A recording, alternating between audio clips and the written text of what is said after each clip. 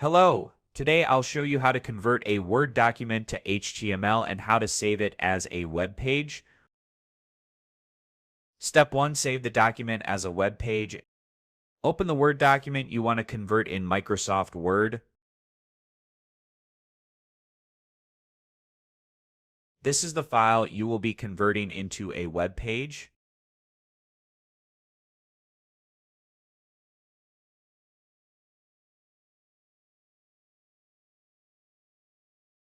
Go to the File menu in the top left corner. Click on Save As and choose a location to save the file. In the Save As Type dropdown, select Web Page.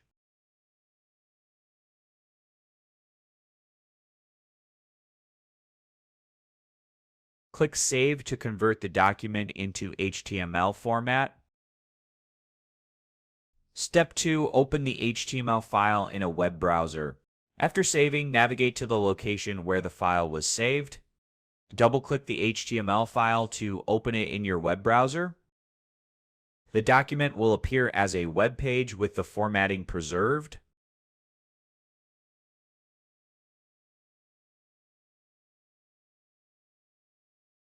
Now you know how to easily convert a Word document to an HTML file and view it as a web page.